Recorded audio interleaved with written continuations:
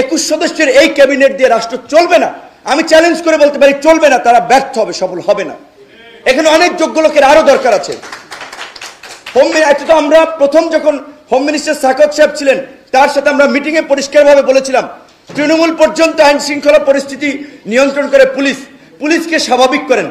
বলছেন আজকে ভোক্তা অধিদপ্তর পুলিশ পায় নাই, কোনো থানায় পেট্রোল নাই, মানে পেট্রোলিং এর যে পুলিশ থাকে টহলে মুভমেন্টের উপরে রিজার্ভ সেই পুলিশটা নাই। পুলিশের প্রায় 500-র মতো গাড়ি আপনার এই ঘটনায় পুড়ে গেছে বা নষ্ট হয়ে গেছে, তাহলে তার বের হতে গাড়ি লাগবে। তাহলে পুলিশকে ফাংশন করার জন্য এই পদক্ষেপগুলো নেওয়া হচ্ছে কিনা আমরা তো দৃশ্যমান কিছু দেখতে পাচ্ছি না। যে আজকে অভিযান চালাতে কেন ছাত্রদের উপরে ডিপেন্ড হতে হচ্ছে, আনসারদের ঠেকানোর জন্য কেন ছাত্রদের উপরে ডিপেন্ড করতে হচ্ছে।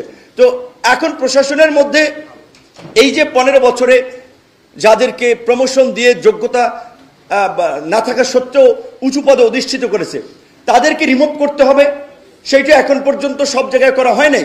হ্যাঁ, সময় লাগবে, কিন্তু ফাংশনটা তো করাতে হবে পুলিশকে।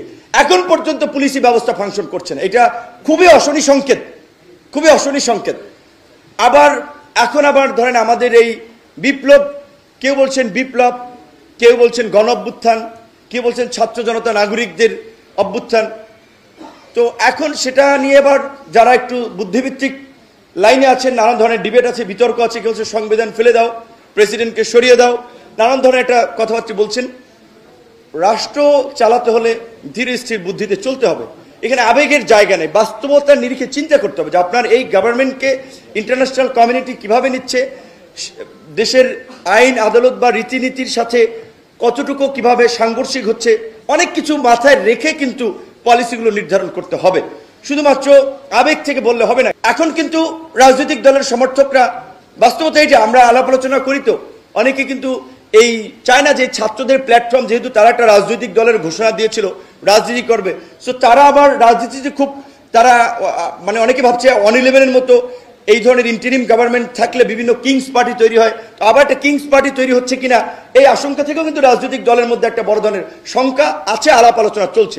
সেই কারণে এখন কিন্তু ছাত্রদের কাজে আবার রাজনৈতিক দলগুলো আগের মতো আনকন্ডিশনাল সমর্থন কিন্তু দিতে চাচ্ছে না। বাস্তবতা কিন্তু আপনাদেরকে রিয়ালাইজ করতে হবে। আমি মনে করি এই সরকারকে যদি স্টেবল করতে হয়, এই সরকারকে যদি ফাংশন করাতে হয়, এবং যে মানুষের যে প্রত্যাশা রাষ্ট্রের মৌলিক সংস্কার, সেটার জন্য এই সরকারকে জাতীয় সরকারের রূপ দিতে হবে। জাতীয় সরকারের রূপ দিতে হলে বিএনপি, জামাত, গণ অধিকার, বিভিন্ন রাজনৈতিক দল বলেন, অন্যান্য রাজনৈতিক দল, অনেকগুলো দল বলে তো অনেক সময় লাগবে। আমি বলছি মেজর পলিটিক্যাল পার্টি, বুইফোর নাম সর্বস্ব পলিটিক্যাল পার্টি খুঁজে তো লাভ নেই। যেগুলোকে মেজর মনে করা হয় যে যাদের অ্যাক্টিভিটিস আছে, যাদের ফাংশন আছে, যাদের গণতান্ত্রিক আন্দোলন সংগ্রামে ভূমিকা আছে, তাদের থেকে প্রতিনিধি নিয়ে, এটা 21 আছে, এটাকে 31 করা যেতে পারে আরো 10 জন নিয়ে, এটাকে জাতীয় সরকারের রূপ দিলে তাহলে যদি স্টেবল হয়। নাহলে এই যে রাজনৈতিক দলের সাথে এই যে প্রতিনিধিত্বশীল আপনার অংশের সাথে যে সরকারের একটা সংশয় তৈরি হচ্ছে, এটা কিন্তু সরকারের জন্য ভালো না। এবং এখানে আমাদের একটা শঙ্কা আছে, ইউনূস স্যারের মতো একজন ব্যক্তি, তার যে অবস্থান এবং মর্যাদা, তিনি তো কোনো বদনাম নিশ্চয়ই নিবেন না। তো যদি দেখে যে রাজনৈতিক প্রেশার তৈরি হচ্ছে ইলেকশনের জন্য, সংস্কার হোক বা না হোক, আমার ধারণা তিনি তার এই বদনাম নিবেন না, তিনি অতি দ্রুত সময়ের মধ্যে একটা ইলেকশন দিয়ে দিতে পারেন। আজকে এক ভাই বলেছেন ইসলামী আন্দোলনের যে 2 বারের বেশি প্রধানমন্ত্রী থাকতে পারবে না, এটা কিন্তু আমরা ওই 31 দফায় আমরা দিয়েছি। এমনকি আমাদের দল ঘোষণা হয়েছে 21 সালে, আমাদের দলের গঠন এই ঘোষণাপত্রে আমরা কর্মসূচিতে বলে দিছি যে একই সাথে একই ব্যক্তি দলীয় প্রধান এবং সরকার প্রধান থাকবে না, একই ব্যক্তি 2 বারের বেশি প্রধানমন্ত্রী থাকবে না। এরকম বেশ কিছু রিফর্ম আমরাও দিয়েছি। তারপর সমন্বিতভাবে কিন্তু রাজনৈতিক দলগুলো আমরা 31 দফা কর্মসূচিটা দিয়েছি। এই যে পতিত স্বৈরাচার, তাদের হাতে লক্ষ লক্ষ কোটি টাকা রয়েছে, টাকা দিয়ে এই টাকা দেশকে অস্থিতিশীল করার কাজে ব্যবহার করবে।